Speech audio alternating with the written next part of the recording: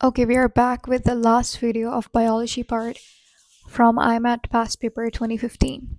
Question 39 हमारे पास ये second last question है, and then we have the chemistry part of this paper from 2015. चलें, let's start. The question says a normal sequence of triplets in a sequence of DNA is given by. So ये आपके पास normal sequence है किसका, DNA का. And उसके बाद वो कहता है यही सेम सीक्वेंस डीएनए का अगर एक म्यूटेशन की वजह से चेंज हो जाता है सो वो कुछ इस तरीके से बन जाएगा.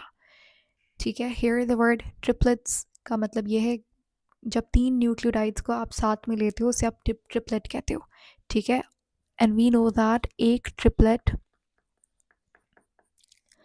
में कितने न्यूक्लियोटाइड्स हैं, 3 न्यूक्लियोटाइड्स हैं. एक ट्रिपलेट एक अमाइनो एसिड के लिए कोड करता है. ठीक है, तो ये आपने फार्मूला हमेशा याद रखना है.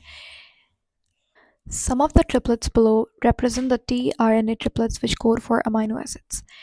अच्छा, tRNA के कुछ ट्रिपलेट्स हैं वो कोड करेंगे अमाइनो एसिड के लिए. यहाँ पे भी जो मैंने बात की है ट्रिपलेट की, ये हमने आरएनए के बारे में की है, नॉट डीएनए. डीएनए से पहले आरएनए बनता है, उसको आप ट्रांसक्रिप्शन कहते हैं. आफ्टर दैट आरएनए से अमाइनो एसिड बनता है, that is called as translation.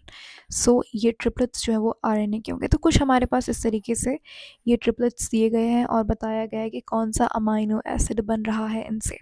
So we need to find out कि आपके पास यही टीआरएनए ट्रिपलेट्स को इस्तेमाल करके कौन से अमाइनो एसिड बनेंगे. ठीक है, from the mutated DNA sequence. ये वाले डीएनए सीक्वेंस है जो कि म्यूटेटेड था, इससे बताइए कौन से अमाइनो एसिड बनेंगे. हमें ऑप्शंस में ये गिवन है. सो डेफिनेटली ये क्या है, ये डीएनए का म्यूटेटेड सीक्वेंस है, इससे हमें बताना है. तो पहले तो आप इससे आरएनए बनाएंगे, वो सिंपल वैसे ही बनेगा, सिर्फ एक ही नाइट्रोजनस बेस का डिफरेंस होता है. अगर यहाँ पे ए है तो ए ही आएगा, आरएनए में भी एडेनिन ही होती है. थाइमिन की जगह पे सिर्फ यूरेसिल आ जाएगा. ठीक है, फिर आ गया साइटोसिन, फिर से थाइमीन है तो यहाँ पे यूरेसिल एंड देन जी, बाकी सारा सीक्वेंस जो है वो सेम रहेगा. तो ये आपके पास टीआरएनए का सीक्वेंस बन गया, यानी कि थाइमीन की जगह पे हमने यूरेसिल ऐड कर दिया. अब इस सीक्वेंस से कौन सा अमाइनो एसिड यहाँ पे बनेंगे. देखो 3 क्यों गिवन है, क्योंकि एक ट्रिपलेट से एक अमाइनो एसिड बनता है.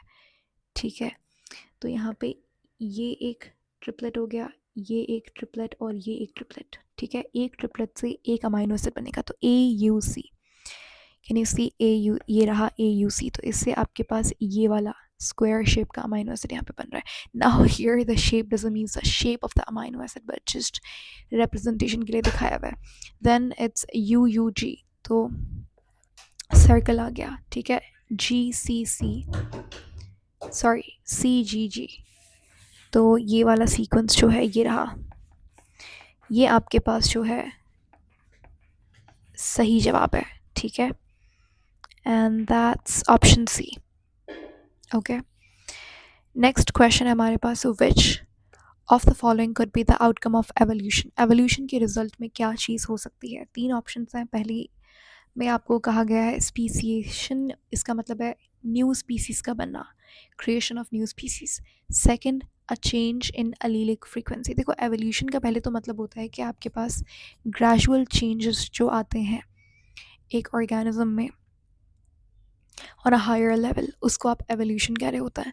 एवोल्यूशन की रिज़ल्ट में नए स्पीसीज बिल्कुल बनते हैं, और जब एक ऑर्गेनिज्म में म्यूटेशन हो रही होती है तो ऑन पॉपुलेशन लेवल कुछ फिनोटाइप्स के जो ट्रेट्स हैं वो फेवरेबल होते हैं, तो वो वाले ट्रेट्स आगे वाली जनरेशन्स में जाएंगे. लेकिन कुछ ट्रेट्स ऐसे हैं जो अनफेवरेबल हैं, तो उस केस में वो ट्रेट्स आगे वाली जनरेशन्स में पास ऑन नहीं होंगे.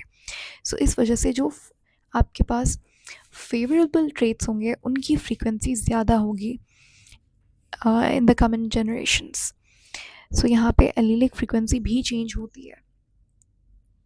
उसके बाद आपके पास अगर नई स्पीसीज़ बनेंगी सो डेफिनेटली आपके पास बायोडाइवर्सिटी भी चेंज होगी, which means variety of living organisms within a space. या इकोसिस्टम। तो ये तीनों चीज़ें पॉसिबल हैं as an outcome of evolution, which means यहाँ पे option D is the right option.